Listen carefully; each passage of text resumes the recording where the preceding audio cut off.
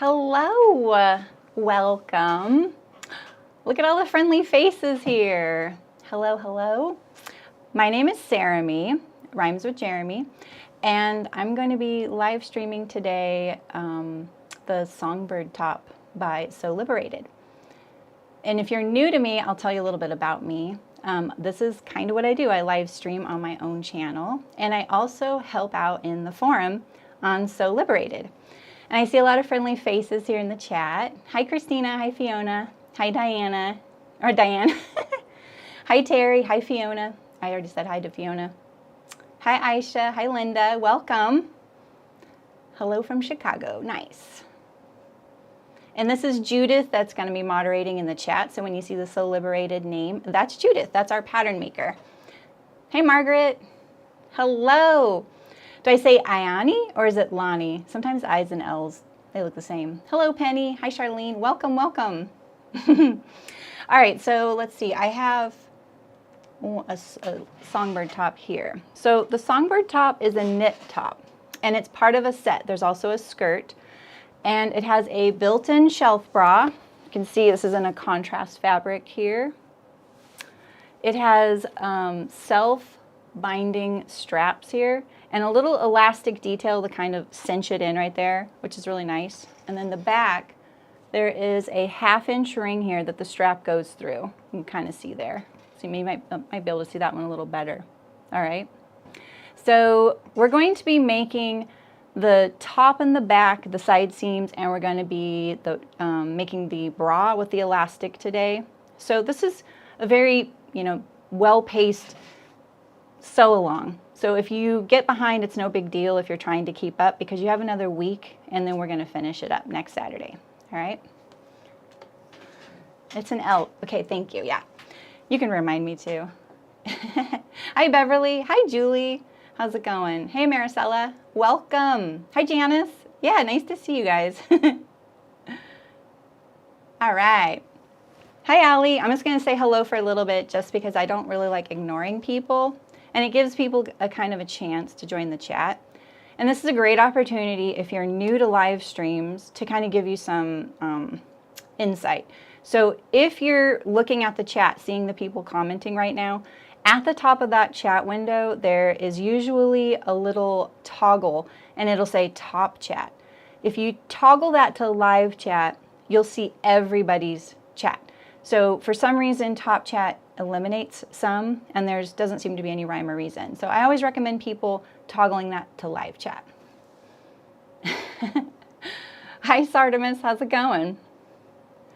Hi, Kathleen. Yes, absolutely. Hi, Ray. How's it going? This is your first live with Sew Liberated. I think this might be their first live. It's my first live on their channel. All right, so another few things I want to go over is if you're watching the replay of the live stream, you can change the speed. If you're like, she's talking too much, or I've already done this step, you can tap ahead. Usually if you're on like a device, not your desktop, but a device, you can tap on the right side of the screen and it'll jump ahead. The default's 20 seconds, but you can adjust that in your YouTube settings and kind of get past it, or you can change the speed. So a lot of people like to watch it at 1.5 speed or something like that, which kind of speeds it up. And there will be timestamps soon, so you can also jump to that step, and you'll look in the description for that. But you'll also see the time bar along the bottom of the screen there. It'll be kind of chunked up. And if you're like on a desktop and you hover your mouse over one of those chunks, they're labeled chapters. And so then you can jump to that as well. So that kind of gives you some strategies. And you can also go backwards. That's the kind of the benefit with a replay is you can go back in time too. You can with live streams as well. Just know that if you start this live stream at the beginning and we're already like 10 minutes in, if you comment, you might not hear my answer because I'm in the future. Kind of a weird thing, so. All right, okay, so let me go over a few things like the material. So the Songbird Tank has a knit fabric and it is a 20 or 40% stretch. Sorry, let me look at my notes here. So you need a 40% stretch fabric, and the weight of it could be 5.8 to 8.9 ounces. So like a 6 to 9 ounce knit. I'm going to be using a cotton spandex, and I'm going to show you my fabric. this right here. So you can kind of see this is a pretty stable knit. You could also use, you know, maybe an athletic knit if you wanted something, you know, a little sportier. If you're going to choose something like the bamboo or rayon or tencel knits, you know, something like this, the kind of yummier, drapier knits, it is, you can see how much boingier it is, right? It's a lot less structured, and so you're going to have a more relaxed kind of fit and feel. If you pick something like a jersey, you're probably it's gonna feel stable, but it's also gonna, like a cotton jersey with no spandex or lycra, you're probably not gonna be as thrilled with the recovery. So I would definitely choose something that has that 40% stretch and has really good recovery. You can also do a strategy like the bra in a different fabric than the outer. I've done 2 like that already, and I really like those.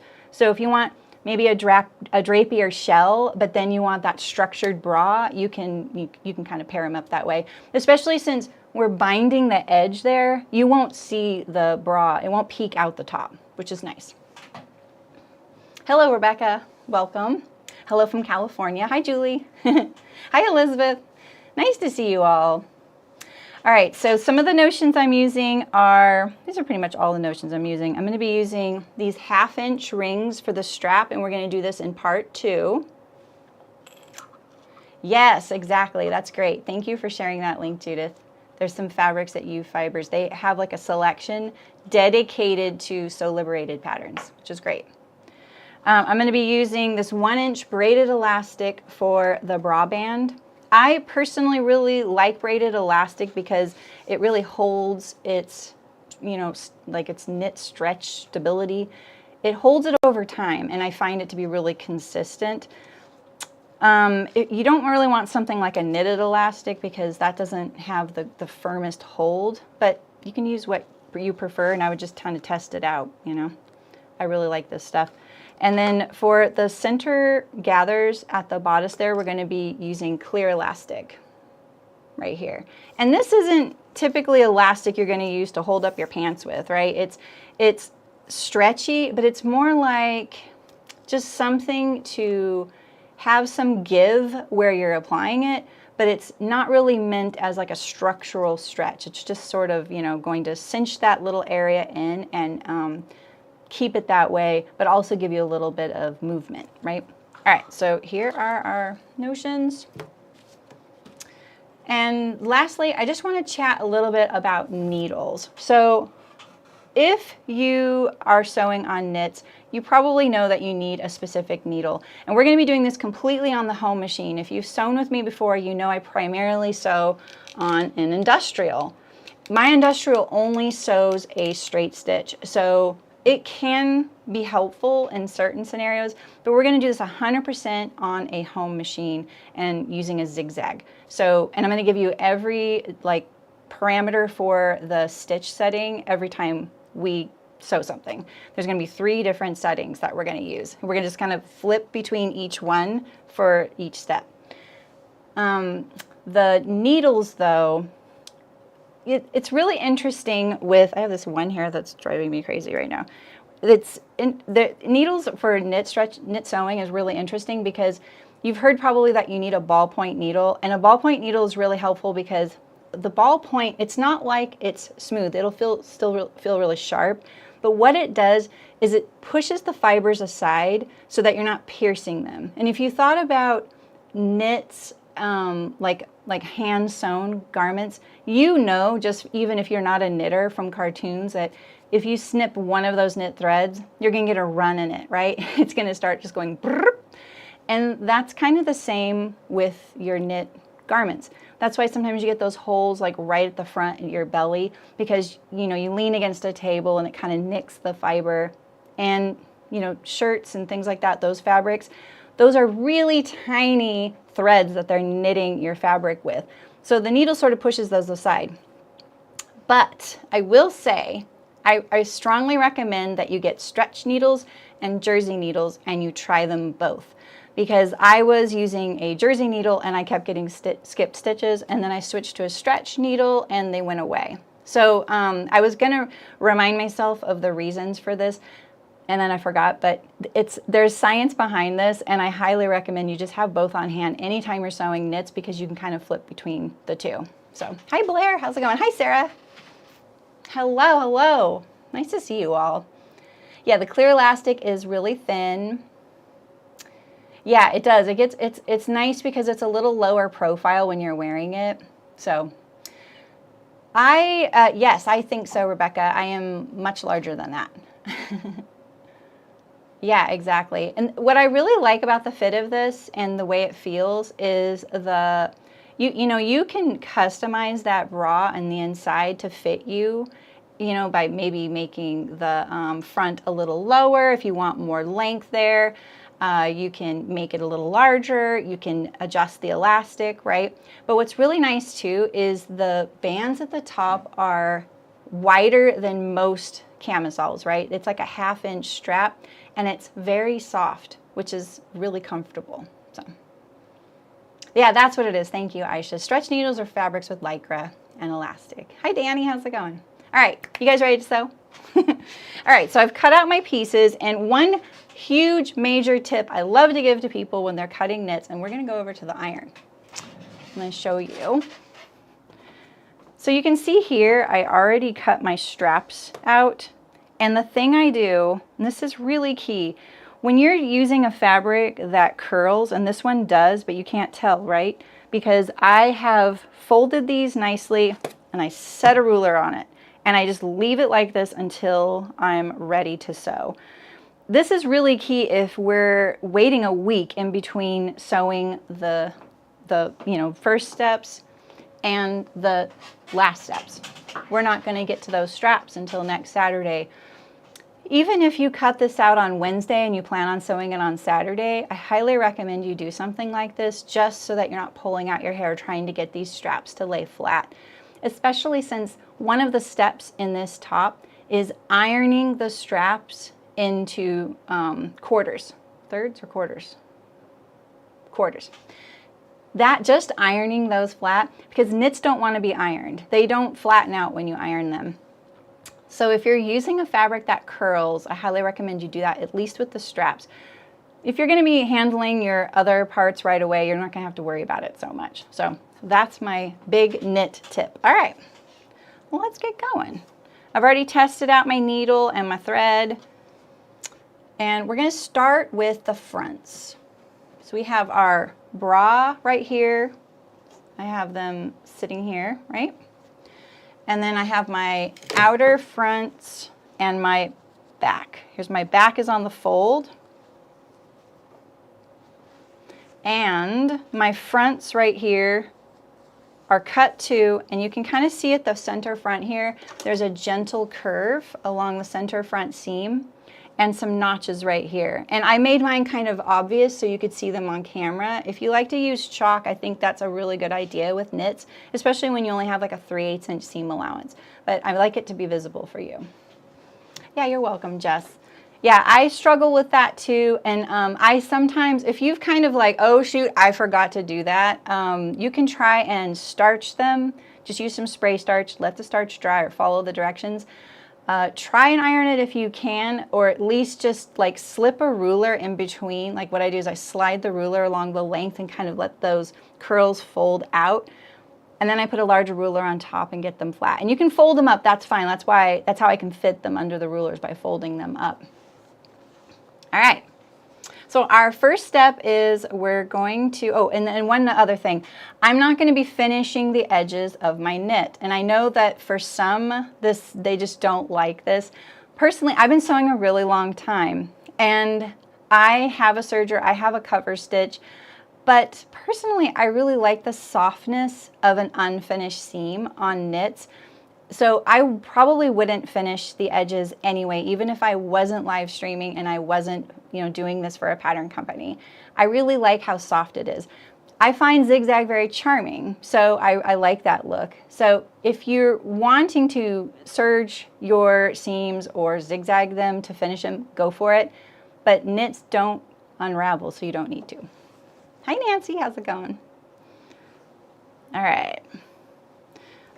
So we're going to match up our center front here. And we're going to move the camera a little bit like this. And we're going to sew the center front seam at 3/8 of an inch. And the seam setting we're going to use is 1.2 wide. And let's see, 2.2 long. So it's kind of a slight zigzag. And I know it seems like, well, how is that zigzag not visible on the outside? It's kind of just magical. It doesn't. Yeah, it's so much softer. Yeah. Oh, I think pinking is very charming as well. You'll also sometimes see that I don't backstitch every seam that I sew, and that is a quirk to me. I did a lot of work in the garment industry, and you don't often backstitch at the end of every seam, so I apologize if that throws you off a little bit. I'm going to try and catch myself, but I don't if I know that seam is going to get caught in something else. This one I definitely would backstitch because we're going to be opening it up and then putting the band across the top. Plus we're going to be putting that elastic.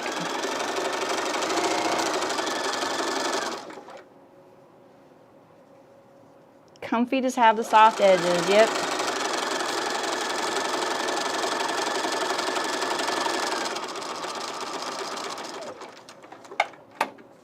All right. Okay, and you're going to want to press that open, and I'm just going to finger press it. I don't really find the iron, I don't know, I don't really find the iron does a whole lot with knits so often. It'll be nice with the binding because even if it's not, you know, feeling like you're ironing like a linen, which will give you a nice crisp fold, you'll still see those crease marks, which are really helpful. All right, so now we're going to use our clear elastic, and we're going to cut a piece. I have this in a spice container. Have you guys ever bought a lot of this? And it's just unruly, right? So I put it inside there. That's why it's in there. So we're going to cut a 5-inch piece with a little ruler here. And then we're going to mark on the elastic. And I found that a Sharpie works best, or something permanent. Like my Crayola washable markers, it doesn't even show up. So from the center, we're going to fold it in half. From the center, I want you to mark 1.25 inches over. Ooh, I was going to figure out that centimeters for you guys, and I forgot to do that. Sorry about that. So we're going to do there. And basically what we want is a 2.5 inch mark there. See? 2.5 inches is really all we're going to be using with this. The extra is just something to hold on to, which is really helpful when you're dealing with something like this kind of firm elastic, any kind of elastic. All right, and so now we're going to put this first mark right here at this top notch, just like this, and we're going to center it on the seam. We're going to change our stitch length. I'm just going to consult just so I make sure I get everything right, to 2.5 wide and 2.5 long. This doesn't really have like a 5 little dashes. And I'm going to start at the top edge just so that I can kind of get the back stitch in the seam allowance so it looks nicer, right? 6.4 centimeters. Thank you. I knew Judith would have that handy. I'm going to put this little thread. Can you guys see okay? Would you like me to zoom in at all? Just speak up. This is one great thing about a live stream is you can ask anything. You can challenge me on something. You can offer ideas. You can ask me why I'm doing something. You can ask me to zoom it in. This is the kind of beauty of a live stream. So because we're really close to this edge, I'm going to pick up my presser foot and kind of get it going a little bit. All right, now we're at that top notch. I'm going to put my needle down. Oh, thanks, Danny. Yeah, you are seeing me in a new office. Sorry, I can't touch my presser foot. There we go. I'm putting my needle down because now I'm going to pull on this elastic and hold it right here at this other notch. And now I'm going to hold this pretty firmly. Anytime you're sewing elastic like this, you want to hold and stretch it don't move it and sew. You never want to pull the elastic while the machine is moving because you can break the needle or bend the needle and you won't even know you bent the needle. And that can be really bad news for your machine. Just trust me on that one. It'll throw off the timing if your needle starts hitting things underneath there and it's bent. All right, so I'm going to grab this little piece of clear elastic tail at the back here. I'm holding this nice and stretched, and now we're going to sew straight down the middle. I'm getting a little off track here, so I'm going to correct it, keep it in the center. And if your elastic gets a little off to the side, left and right, I would focus on your stitch being on the seam centered rather than in the middle of the elastic, because nobody's going to see the elastic on the inside. They're only going to see the stitches on the right side. All right, so here we go. Looks really cute. This is how it's looking. So we have these extra tails here above and below. And I'm going to trim these down flush with the seam allowance at the top so that we can cut that or catch the edge of our elastic in with the binding at the top. And this one here I'll just trim down. There we go. Hey Tiffany, I don't think I saw you earlier. Oh, this is, I know, I picked this so it would look good on camera. I'm still getting used to the lighting. You have a question. You said knits can be like in a cartoon around, but that you don't always finish your edges, so I feel like I missed something with that. Yeah, that's such a good question, because when it's unraveling, it's going down the center, it's going vertically. But along the edge here, it's not quite the same thing. It's like stockings as well. So you can lose a stitch and it'll run and then it'll stop eventually. But on the edges here, it just doesn't unravel like a traditional plain weave woven. Yeah, it's really rare. Maybe if you were doing something like a linen knit, I might say I would probably finish those edges. Linen knits are really messy. I wouldn't do this in a linen knit, honestly, because it doesn't have a lot of return. It's more of a, it's like the far extreme of like a drapey knit. So yeah, it's kind of a weird oxymoron. You can finish your edges if you like though. All right, here we go. So we have our front looking cute already. I don't know why that shows up, that little dent shows up really big on camera, but I can barely see it in person. Yeah, no problem. It's a great question. All right, so here we have our front with our elastic, and the next step we would steam this elastic with the iron. I'm going to skip that since I don't have my iron on. It's the only thing we would iron today. I can do it later, but steaming it kind of helps fluff it up a little bit. All right, so now we're going to do our side seams. If you want to finish your edges, you can. And we're going to put this right sides together. If you have trouble, like say you're doing a cotton lycra like this fabric here, and it's dark and you're really having trouble seeing the right side, when the fabric curls, it usually curls towards the right side, the cross grain. The cross grain will curl towards the right side, just so you know. If you stitch down the middle, won't you be stitching into the opening of the seam? The opening of the seam.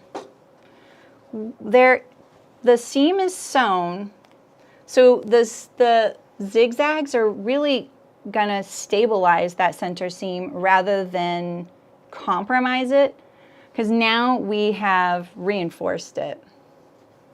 That's not a silly question at all. If you stitch down the middle, won't you be stitching into the opening of the seam? Yeah, we're okay. We're actually going on either side of the center seam as well. Yes, it is zigzag, exactly. And I'm sorry, I probably should have picked a contrast thread, huh? All right, so we're gonna put this right sides together.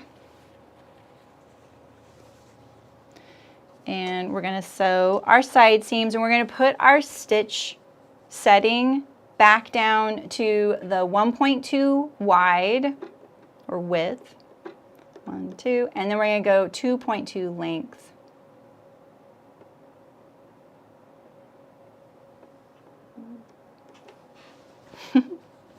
All right, 3/8 inch seam. We're gonna use 3/8 inch seams throughout today, except on our binding. But I'm still gonna remind you a lot. Hi Amy, how's it going? You're never late if you're here. I have a little loop there, so I'm gonna put those threads. I always find it better to make sure your thread is under the presser foot and pushed off to the back there. You'll have a lot less thread vomit happening. And with knits, you know, certain machines are really finicky. And I should mention, I actually got my guide out, my machine manual, and looked to see if they recommended a foot for sewing knits. And I switched it to a foot that was used in all their knit stitches. What happens a lot of times is, you know, knit's a lot thicker than it seems, and it will get pushed down into the hole where your needle's going down and just cause all kinds of problems. I get it. And one of the strategies to prevent that is, you know, having a header so you can sew on a little scrap of fabric, butt it up against your end here, sew onto that, and then go onto your garment, then do your back stitch. Having the presser foot be very even, not tilted at all, will help kind of prevent that kind of black hole sewing. I used to have a machine that did it really badly. So I understand.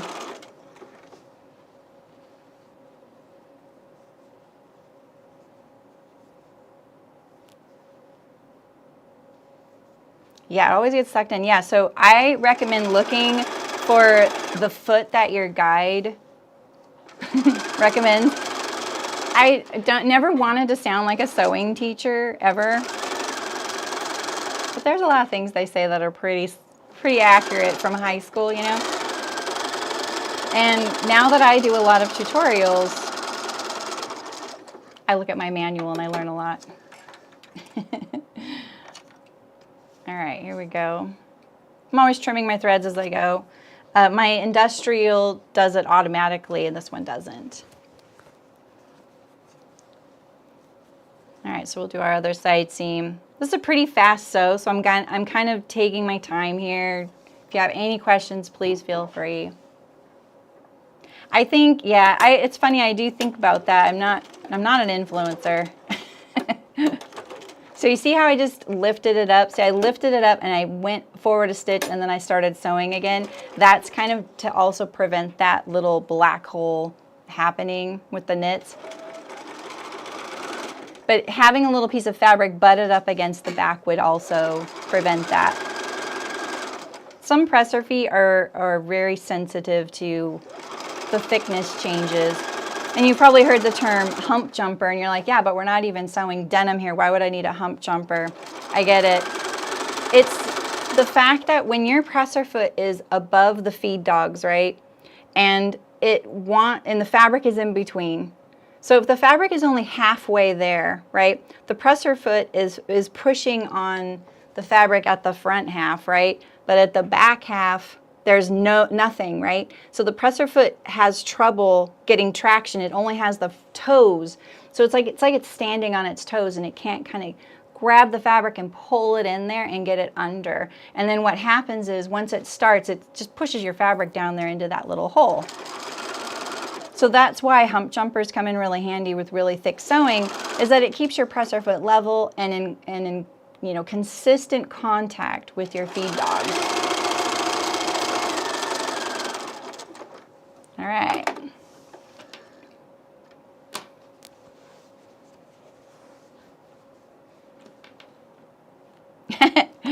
I'm much nicer than mine was too. A leader cloth, yes, exactly, leader cloth. Nancy does speech to text, so I know how to interpret her. Yeah, leader, exactly, meaning L-E-A-D-E-R. Yes, exactly. Or if you have something like a dual feed, those are really good. Or a charger, I love that. That's a great word for it. I like it because it's very like gung-ho. I don't, yeah, that is true. There's a lot of people here that see me sew a lot, and I very rarely use this machine. So, bonus points, right? All right, so now we have our side seams. So let's just take a quick look here. We have our side seams. We have our front ruching. It's looking like this, right? Minus the thread fluff on the back, hopefully. And now we're going to assemble our bra. So we're going to do the side seams of our bra and the elastic on the bra. And we can set the top aside until next week. Right, we don't want that, we want this. So the bra doesn't have that little elastic ruching in the middle. We don't have to worry about that. But we're going to put this right sides together and sew these short side seams at the same stitch setting that we just did. That's fine, Nancy. I'm glad you said it. I couldn't remember the name of it. I'm not really a quilter. But here, I'll show you what we mean. You know, you can put this fabric here, right? And so we'll start sewing on it, right? And we'll get this seam ready. And by the way, this works for all sorts of things, not just knits. If your machine struggles with this, you know, issue, and then now we're on here, and we can do our back stitch and continue on.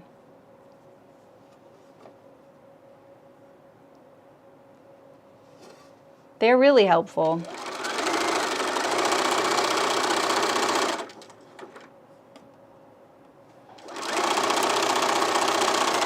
Also, feel free to pin or clip or whatever you use. It's fine. So I have to cut the leader off here, right? All right, we'll do our other side seam. Yes, absolutely, Lonnie. I think there's a link to the pattern in the description, and there is a fabric info tab there. Exactly, yeah.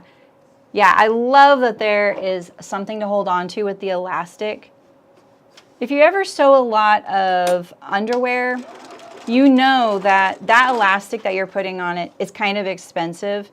And so it's really painful sometimes to think, oh, I need a little extra to hold on to, when every kind of inch of that stuff you have accounted for, right? But it's kind of worth your sanity to give yourself, you know, spend a few dollars extra, get yourself an extra little bit of elastic to hold on to.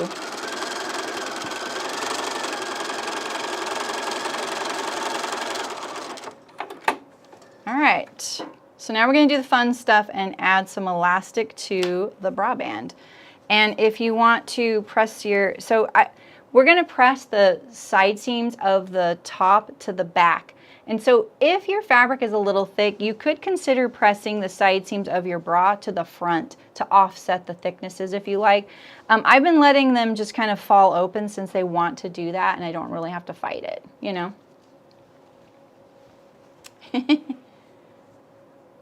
Okay, so we have our bra, right, upside down. The front has the little V in it. You can kind of see a little dip right here, so don't get them confused, because this is going to match up to the neckline on your outer. Yeah, I like this color a lot. I don't usually wear this color. I was like, you know, this is going to be kind of a good neutral to wear with things. Yeah, the tiered skirt's really fun. I really love the bonus on the skirt where there's the inset lace. I'm going to make one for that. And I also wanted to make a patchwork linen one. And Meredith did. Did you guys see that? It's so cute. And I was like, okay, perfect. I have to do this. I'm always looking for something to do with all my really nice linen scraps. And I think I need a skirt like that. All right, so like I said, I'm using this braided elastic. I've already marked my cut amount, so you didn't have to see me fit that. So before you do this, before you cut your elastic, I want you to give it a good tug. Just give it a few tugs. Kind of break it in, kind of like you're stretching before you're going to exercise, right? You don't want to not do that, because what can happen is the elastic will feel larger afterward if you don't kind of give it a good stretch.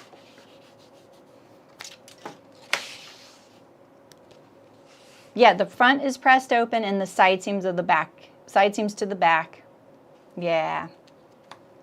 All right, so I'm going to cut this right here. You want to allow for enough to go around you, and there's probably lots of different lengths that you'll consider. Like, do I want this really tight? Do I want this really loose? Remember, you're custom sewing this for you, so you have a lot of options, which also means you don't have to fit it the way you've always bought your camisoles. You can make it a little snugger or a little looser. And if you're kind of in doubt, like, oh, maybe this bra's not going to fit me very good. If you've already sewn a muslin and you kind of know, your elastic doesn't have to be overly tight, right? But you need to also allow for a 1/2 inch overlap. So add an extra 1/2 inch to the end so that you can overlap the two, all right? To add bra cups, I don't know, but I do know that there is a swimwear hack, a swim top hack coming soon.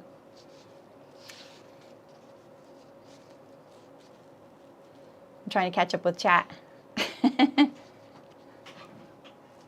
There you go. Yeah, it sounds like a really good one. All right, so we're just going to put this to a straight stitch, and we're going to sew over this a few times.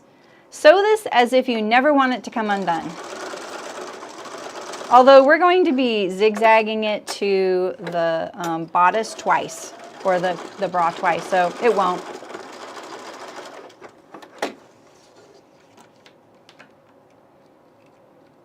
Oh, sorry to hear it, Rebecca. All right, so get rid of these little threads here. We got our band, right? Overlapped it 1/2 inch, kind of messily. And now we're going to put this to the wrong side of our bra. And I'm going to put the overlap at a side seam. That's just how I roll. I try and kind of keep those things close to each other. But let's mark it. We're going to mark it in 1/2, right? And let's see here. I'm going to use some chalk. We're going to mark it. And I'm going to also do another in quarters here. So I'm marking my elastic in quarters, and we're going to do the same thing with the bra band.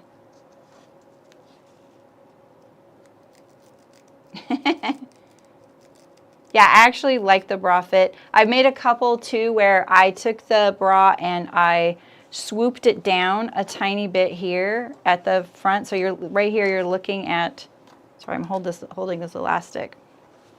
So right here at the bottom edge, this is the bottom edge of the bra, I kind of did a little dip just right there at the center, and that was really nice too.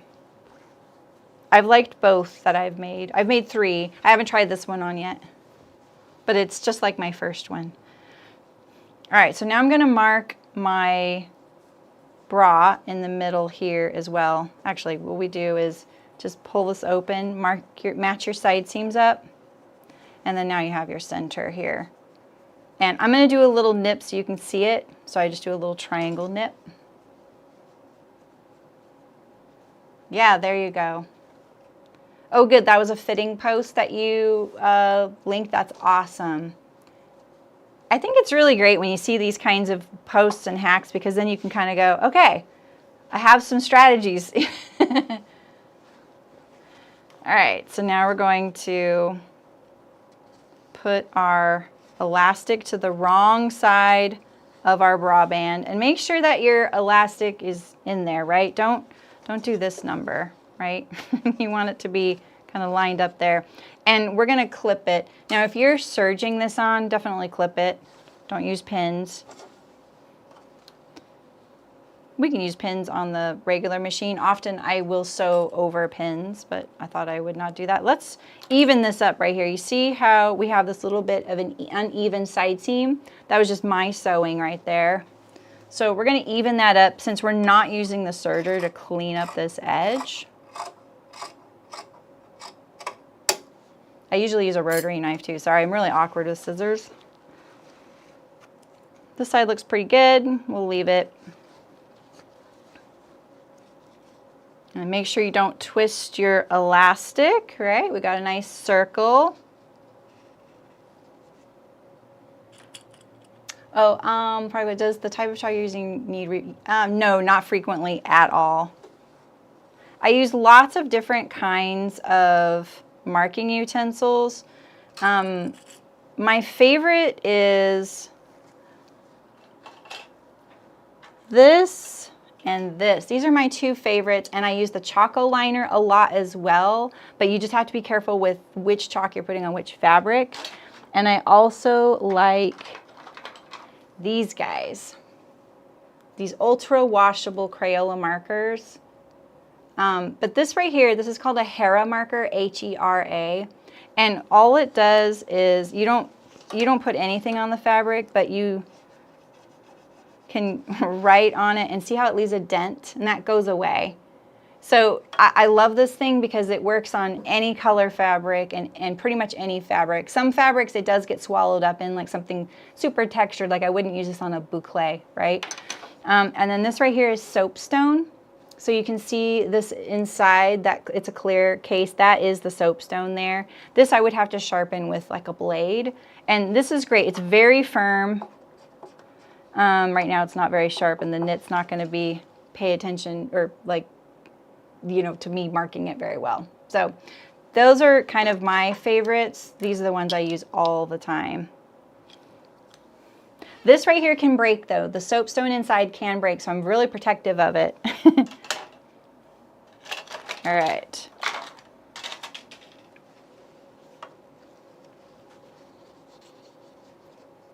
Yeah, it is very cool. Sorry, I just whacked the microphone. It's very warm here where I live. All right, so now we're going to, well, let's pin our last one here. We're going to zigzag this to the band, and we're going to change, I think, our seam. Let's see, where did we leave it? We're going to do this bust elastic at 3 wide and 3 long. So this is probably the largest we've done so far. The more zigzag, the more stretch. Yeah, the friction pin is great. I think the only thing I've heard is if they get cold, if you've gotten rid of the friction and then it goes, like, say you go out into the snow, it might show up again. I don't know though. I haven't tried them. All right, so here we go. Actually, do I want to clip this? Yeah, we're going to clip it. All right, I'm going to start from the fabric side, actually. We're going to sew this from the fabric side. If your machine is at all finicky about sewing elastics, especially elastics that have the rubber and the latex or whatever it is inside there, you probably want to put this in contact with the fabric facing up. I would just experiment with it on a scrap. All right, so we're going to start, we're just going to get this back stitched, right? And we're going to put our needle down, okay? And now we're just going to look at each section here. So here's my binding clip, right? And we're going to pull this, I'm going to hold behind it, and we're going to keep this lined up. Hopefully I can keep it lined up really well because I only used one clip. And now we're going to sew. And if you have to adjust, make sure you're not sewing, right? We don't want to bend or break our needle. Hi, Eliza, how's it going?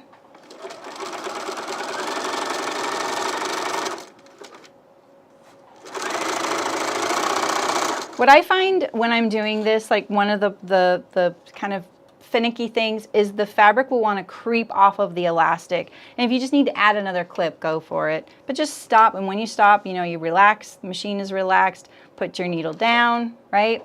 Stretch, and then sew. Let me get rid of this.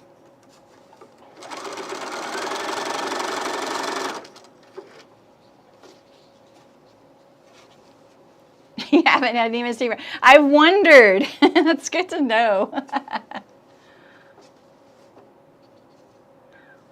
I haven't seen it happen either, but I don't use them, and not for any reason. I just have plenty of marking utensils. It does. It actually does sound like a great detective story. All right, so I'm actually looking, see, I'm using my forearm to kind of slide it and make sure it gets the edge. There's a lot going on here, but I am holding with both my hands. I stretch, and then I sew. Stop, I relax, I get everything arranged. It wants to wrap around this table here. I'm used to using a machine that's set into a table and flush, so I have to watch that. So we have a little bit right there, that's good. We're gonna stretch. Maybe I'll go to this next one or somewhere in the middle. Even if I'm not holding at my next clip, I can stretch it and then hold in the middle right here, right? And we're good. Interesting fact, in the garment industry, when they do notches on things, the notches can be no more than 12 inches apart. And it's really rare to add a lot of notches to a garment, but that's because the person who is sewing can't hold further than that, and they don't use any pins. So they just need those notches to be that distance. I keep forgetting this machine doesn't automatically stop needle down. We're getting a little bit off the edge there. But we're going to turn up this edge. It's going to be fine. You can trim it off too if you want. The cozy sewing detective. I love that. I would totally read that. Hopefully there's an author in the chat. And they come back and tell us they're about their new book. Oops, we're getting a little bit off there.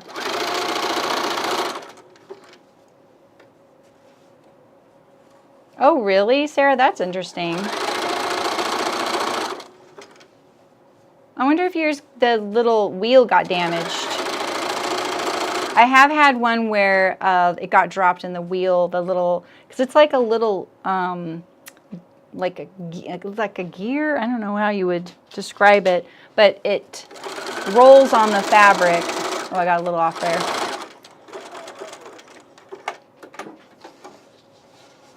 I am using a cotton spandex, just like kind of a basic cotton spandex, which is the kind of fabric that will curl. And I gave some tips at the beginning, Eliza, about preventing that. And, you know, the fabrics that don't curl are things like interlock or, let me think about that. Interlocks are such a good one for that. Jersey's gonna curl. All right, so now we're going to, oh yeah, I felt like my little threads got kind of sucked in there when I first started. We're going to trim this down the best we can and we'll hide it in there. Oh yeah, interesting. Yeah, there must have been something up with it. All right, so this is what I find with doing this step.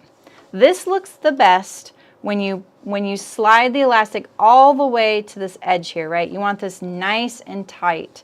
You also want to stretch this so that it's nice and smooth. What we're trying to avoid is this kind of thing, right? We don't want these diagonal drag lines along our elastic. So we're going to have to sew this in kind of in the exact same way, but this time at least we don't have two moving parts. We just have this one item that we need to manage, and we can kind of keep it nice and smooth and you'll get a nice effect. And this goes to the same as if you surged the elastic on and now you're turning it up and you're going to sew it in. You can use your single needle straight stitch machine or you can use a zigzag. So in this kind of case, when you're going to stretch the band, you don't have to use a zigzag, but I think it looks really nice and it does give you kind of reassurance. All right, so we're going to stop needle down. We're really pulling on it, so you want to stop needle down to support the needle. All right, and so see how these, here, let me pull it here. See how it's loose like this? We're going to pull it straight and then make sure we have a nice crisp edge, and we don't want that drag line there, right? So I like to slide this along here. We might just have it at the beginning because I didn't get it quite on there right. Stop, needle down, and adjust, and we're going to do this all the way around. Nice and tight. So I'm actually stretching it further than the shirt. So the shirt is stretching a little too. This ensures that I get it nice and smooth through here, right? Oh, good. I'm glad you're answering questions, Judith.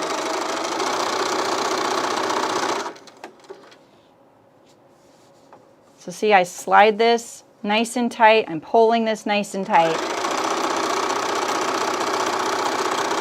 This is kind of the same thing, like say on like an elastic pair of pants.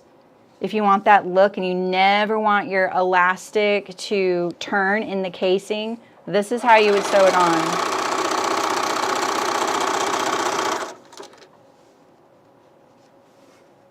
I love this step too. Oh, I should have stopped needle down there. I want to show you, I bet what happened here, let's see, when I did that, is what'll happen is well, I can't tell because it's all like scrunched up, but if I don't stop needle down and I pull on it, it will also move the position of the zigzag. It's not going to be very visible. This is on the inside of your garment. If it's not looking good, do not sweat it. This is on the inside of your garment. Nobody should be looking there anyway, right? All right, so we're needle down, stretch.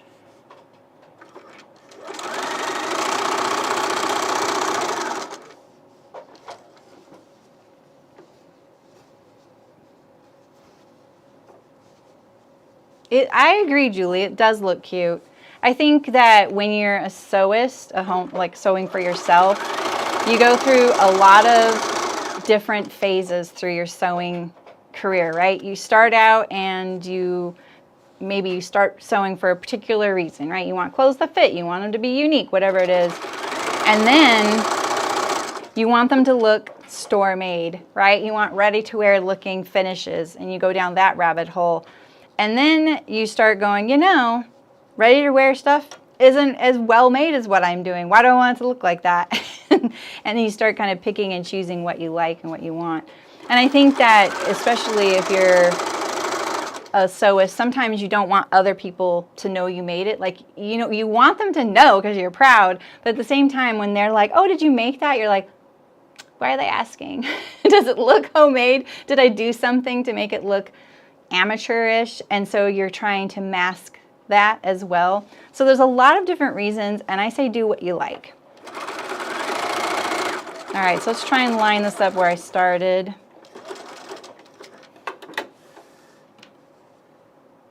Let's see how it's looking. Looks really cute. Look at that. And see, we have our gathers pretty much perpendicular along the band. Nicely, evenly distributed. This fabric color, really cute. I'm so glad I picked it. Look, you still see that choco liner there. Or not choco liner, Hera marker. No pop stitches, looking good. Let's look at it like this. Have our little bra. It's really hard to hold it up by the straps. Let me see if I can grab them. Here we go. Professional, right?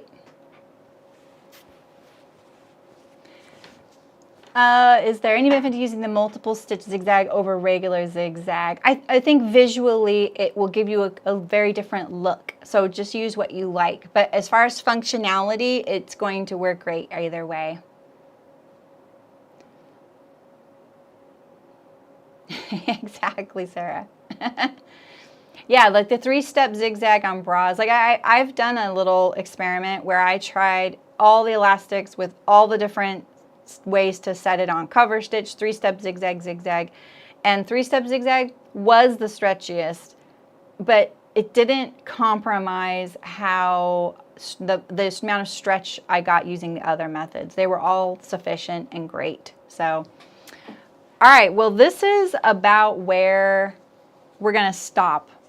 But I wanted to leave you with a couple of homework things. So when we get back next Saturday, we're going to attach this to the outer.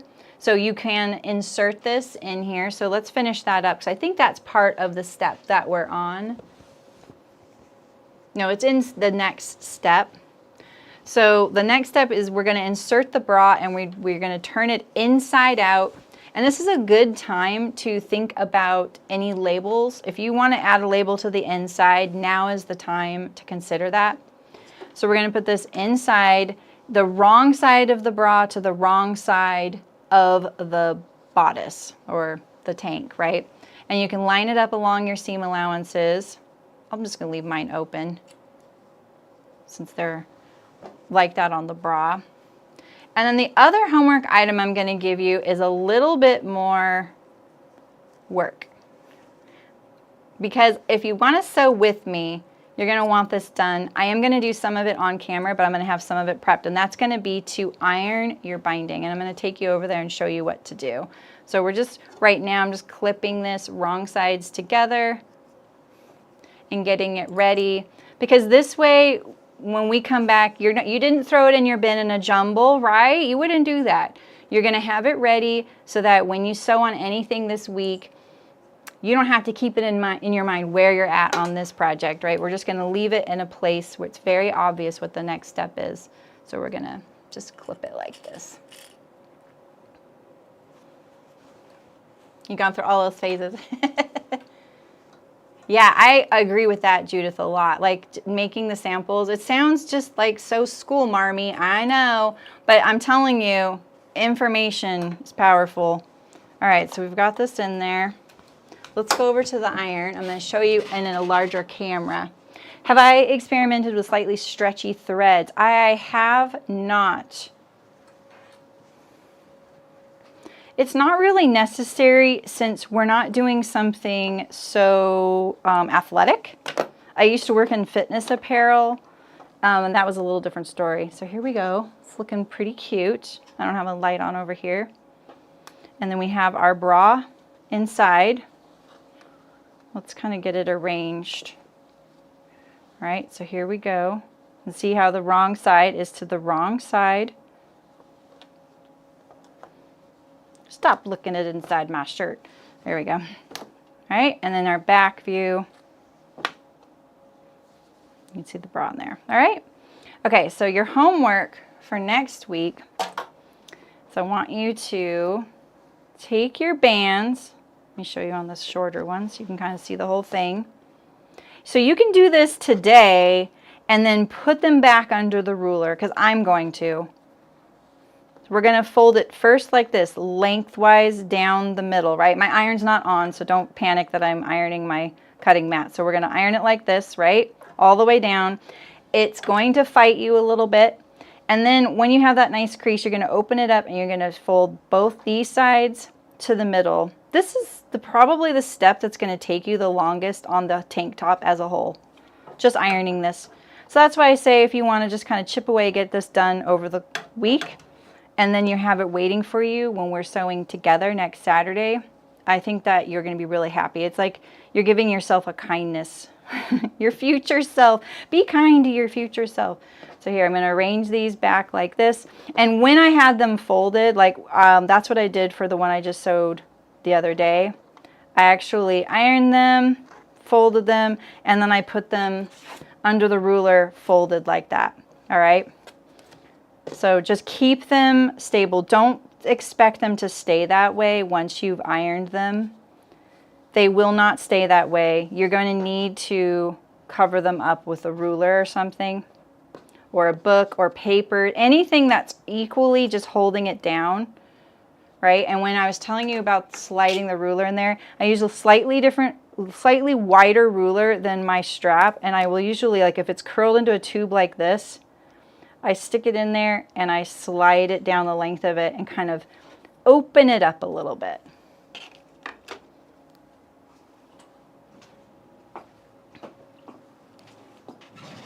All right. Yeah, so the stream is going to automatically be here when we're done. You won't see this live chat, like all the people chatting, probably for about 24 hours. It's usually like 14 hours is what I found, and then it will populate. So what's happening is YouTube's live rendering it, but it will be living on the Sew Liberated YouTube channel immediately. And then soon there will be timestamps in the description and the chapters that I mentioned at the beginning. Oh, I'm glad, Lonnie. Yeah, Marty. Yes, yes, yes. Oh, and maybe Sew Liberated might be editing this video as well, so I might be wrong about when it's going to be on the channel, but right now it's here. Yeah, you can use the nylon thread. Yeah, exactly. Like woolly nylon. There is a lot of different elastic threads now. Yes, and if you have sensory issues with a serging thread or bobbin thread, some of those puffy threads, we called it puff thread or woolly, people call it woolly nylon in the home sewing world, those can be softer. They are synthetic, so just choose your sensory issue that you want to deal with. It's been really great hanging out with you guys. I know that I'm leaving you hanging like you're like ready to finish, but hang out with me next Saturday and we'll finish this up. You can catch up to me until then, and we're going to finish these, and you just need to have your rings, right? So you need your 2 rings. Mine fell out of my cup here.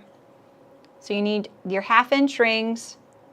It's not an adjustable strap, but this ring makes fitting the strap so much easier by yourself.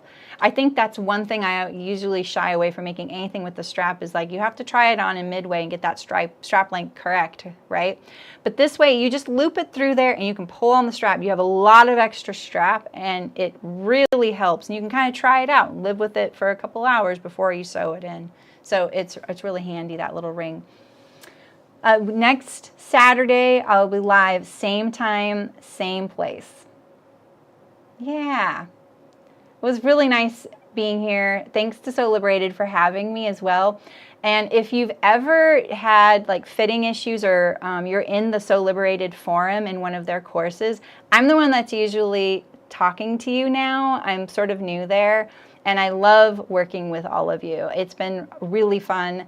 I love all the questions and making little Procreate videos and everything. It's been really great. So it's really nice to see you guys. All right, I'll see you next Saturday. Bye.